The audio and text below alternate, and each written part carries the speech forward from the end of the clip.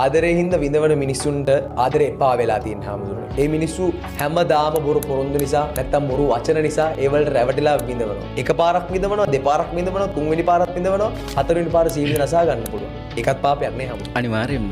ඔතනදී අය සංසාරයේදී අපි මිනිස්සුන්ව රවට්ටනවානේ. සමහර තැන්වලදී අපේ මිනිස්සෙක්ගේ ජීවිතේ නැති වෙන තැනටම අපේ මිනිස්සයාට බොරු කියනවා. මොකද මිනිසුන්ට දරා ගන්න පුළුවන් සීමාවක් තියෙනවා. ඒ මිනිස්සයාට දරා ගන්න බැරි වෙච්චාම මේ මිනිස්සයාක ජීවිතේ නැති කරගන්න. අපිට ඒක එයාගේ වැරද්දක් කියන්න බෑ. එයාගේ මානසික මට්ටමට අනුව එයා හරි වෙන්න පුළුවන්.